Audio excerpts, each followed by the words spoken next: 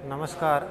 Electronics की video lecture की इस श्रृंखला के दूसरे लेक्चर में हमने अध्ययन किया था किरचॉफ के नियम।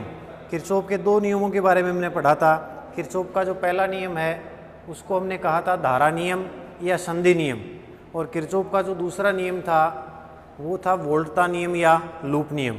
अब इस क्लास में हम किरचॉफ के नियम की सहायता से परिपथ का विश्लेषण कैसे करेंगे। मतलब परिपथ में कोई संधि है, उसके किसी बिंदु पर वोल्टता ज्ञात करनी है, दो संधि बिंदुओं के मध्य विभवांतर ज्ञात करना है, या किसी शाखा में धारा का मान ज्ञात करना है, वो जो एनालिसिस है, विश्लेषण कैसे करेंगे वो पढ़ेंगे हम। तो हेडिंग अपनी है किरचॉफ के नियम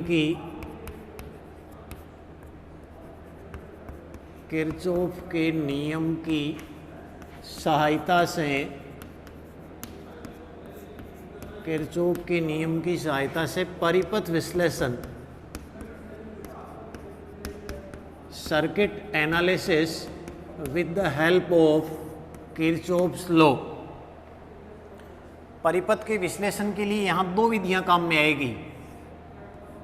फर्स्ट जो विधि है वो है नोड या संधि विधि, नोड या संधि विश्लेषण विधि।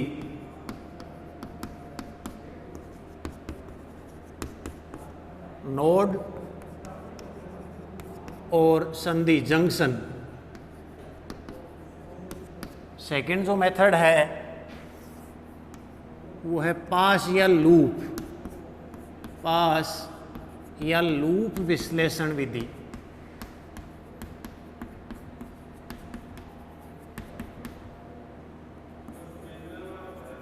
पास या लूप एनालिसिस मेथड। इन दोनों मेथड की सहायता से हम जो विद्युत परिपथ है उसके किसी बिंदु पर वोल्टता है, दो बिंदुओं के मध्य विभवांतर है, या संधि में प्रवाहित धारा का मान ज्ञात करेंगे। सबसे पहले हम पढ़ते हैं नोड या संधि विश्लेषण विधि। नोड या संधि विश्लेषण विधि। अब सबसे इम्पोर्टेंट बात यह है कि किरचॉफ के हमने दो नियम पढ़े थे, तो जब ये विधि काम में ले रहे हैं तो कौन सा नियम काम में लेंगे। इस विधि को काम में लेने के लिए किरचॉफ का जो प्रथम नियम है, या कह दूं धारा नियम, करंट लॉ, या कह दूं किरचॉफ का जो संधि नियम है वो काम में लिया जाएगा। सेकंड इंपॉर्टेंट पॉइंट, ये जो विधि है उसका उपयोग तब किया जाएगा जब किसी विद्युत परिपथ की किसी संधि पर वोल्टता ज्ञात करनी हो, या दो संधियों के मध्य विभवांतर ज्ञात करना हो, पोटेंशियल डिफरेंस, तब ये मेथड काम में ली जाती है। और थर्ड इंपॉर्टेंट पॉइंट इसका ये है कि इस विधि को जब हम काम में लेते हैं तो विद्युत परिपथ में सामान्यतया प्रतिबाधा, इम्पेडेंस के स्थान पर हम काम में लेंगे प्रवेश्यता, एडमिटेंस। हमें पता है कि प्रतिबाधा और प्रवेश्यता का जो रिलेशन है वो एक दूसरे के अपोजिट होता है। प्रतिबाधा इज इक्वल टू 1 प्रवेश्यता। अब परिपथ विश्लेषण करने के लिए मैं कोई परिपथ कंसिडर कर रहा हूँ। फॉर एग्जाम्पल, एक विद्युत परिपथ है, एक बैटरी लगी हुई है, वोल्टता E, यहाँ प्रवेश्यता Y1, इधर मान लूँ प्रवेश्यता Y2, यहाँ प्रवेश्यता मान लूँ Y3, यहाँ मान ली Y4, और यहाँ मान लूँ Y5। ये कोई विद्युत परिपथ। संधियों को, इस संधि को नाम दे रहा हूँ मैं P, इस संधि को नाम मैंने दे दिया है क्यों।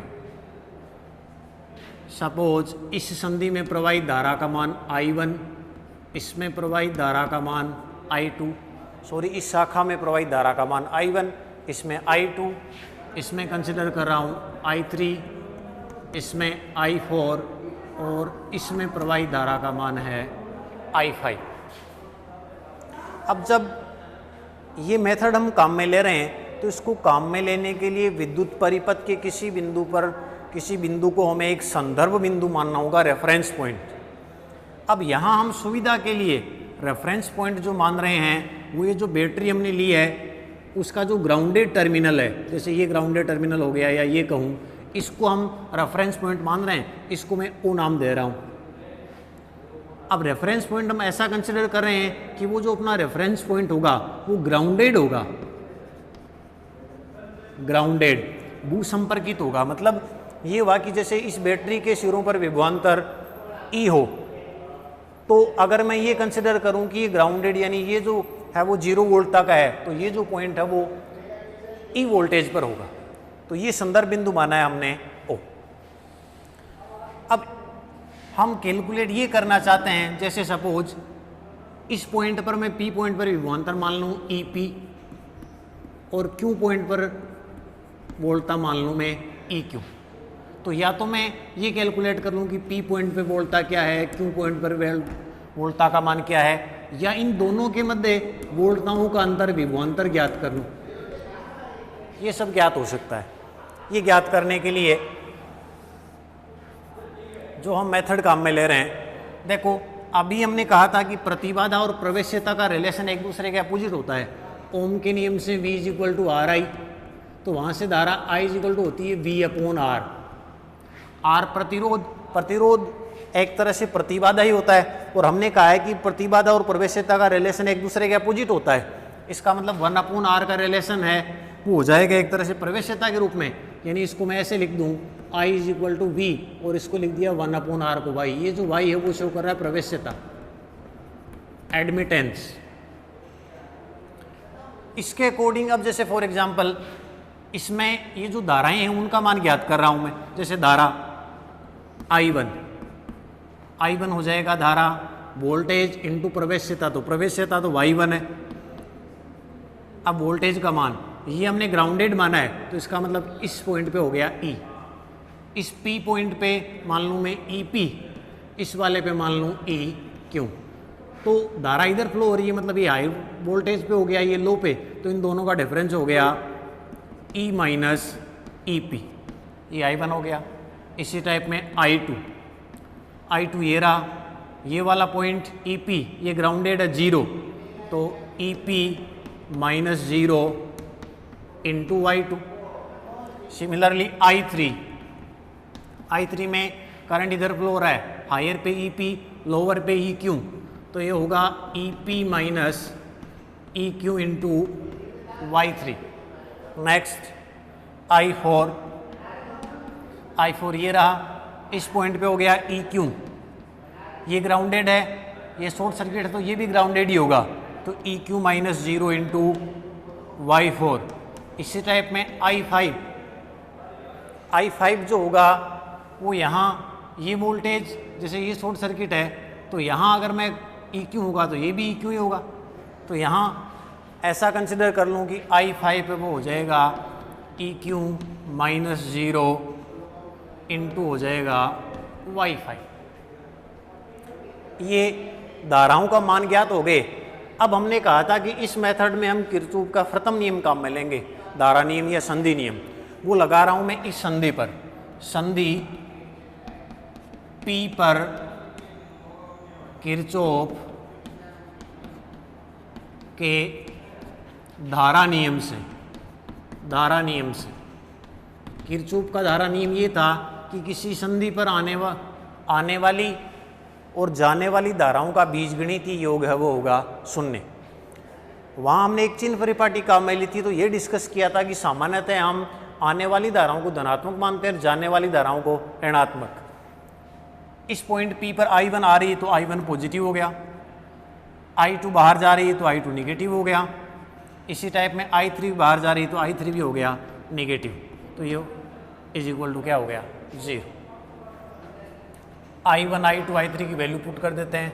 I1 ये रहा E minus EP into Y1 minus I2 हो गया EP माइनस 0 को EP लिख दूँ इंटू Y2 माइनस I3 हो गया ई P minus E Q into y3। इसको थोड़ा और सोल्व कर रहा हूँ मैं। सोल्व करने पे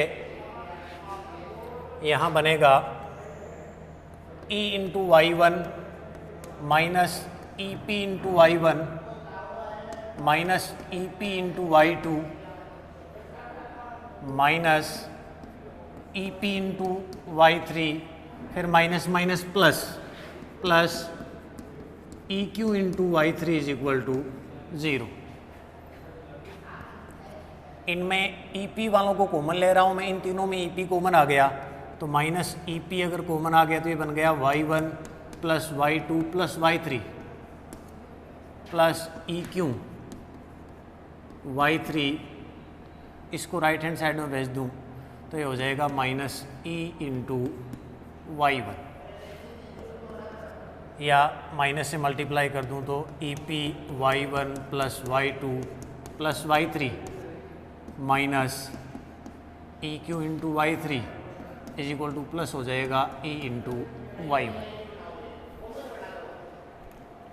इसको मैं समीकरण नंबर इक्वेशन 1 दे दूँ। अब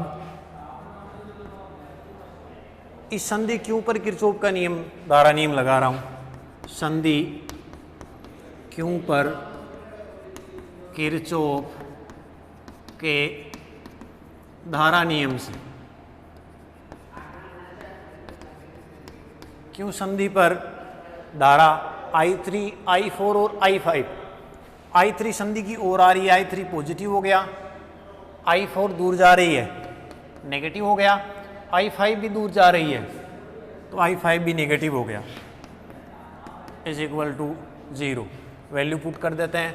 I3 की value E P minus E Q into y3 minus I4 E Q into y4 और I5 हो जाएगा minus E Q into y5 is equal to 0। अलग अलग कर रहा हूँ इनको।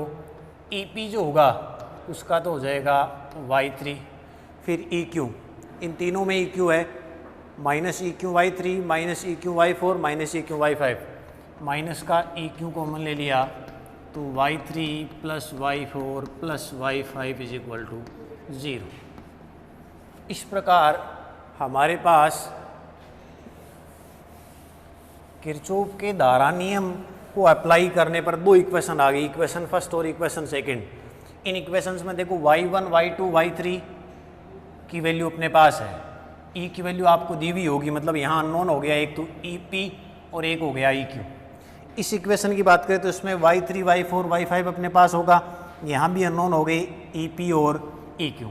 इस प्रकार अपने पास दो समीकरण है और दो अननोन है ई पी और ई क्यू, तो इन दोनों समीकरणों की सहायता से हम सोल्व कर सकते हैं। अब सोल्व करने के लिए ऐसा कर सकते हैं, या तो हम ऐसे मैनेज करें कि किसको मल्टीप्लाई करके ई क्यू का कोफिशिएंट बराबर हो जाए, एक से दूसरे को माइनस करते ही ई क्यू वाली टर्म कैंसिल हो जाए और ई पी की वैल्यू आ जाए, या फिर एक इक्वेशन से, जैसे इस इक्वेशन से ई क्यू का मान निकाल लिया वो इसमें पुट कर देंगे तो वहाँ से ई पी का मान आ जाएगा, फिर ई पी का मान आ गया तो किसी दूसरी इक्वेशन में इसमें या इसमें रखने पर मान आ जाएगा ई क्यू का। तो इस प्रकार हमें जो ज्ञात करना था वही ज्ञात करना था ई पी और ई क्यू, वो दोनों के मान इन दोनों समीकरणों की सहायता से ज्ञात हो जाएंगे। और इन दोनों के मध्य अगर विभवांतर ज्ञात करना हो तो इन दोनों का डिफरेंस ले लेंगे, वो होगा पी और क्यू के मध्य विभवांतर। अब जो दूसरी विधि है अपनी है वो पास या लूप विश्लेषण विधि, जो किरचॉफ के द्वितीय नियम पर आधारित है, उसके बारे में अध्ययन हम नेक्स्ट क्लास में करेंगे। धन्यवाद।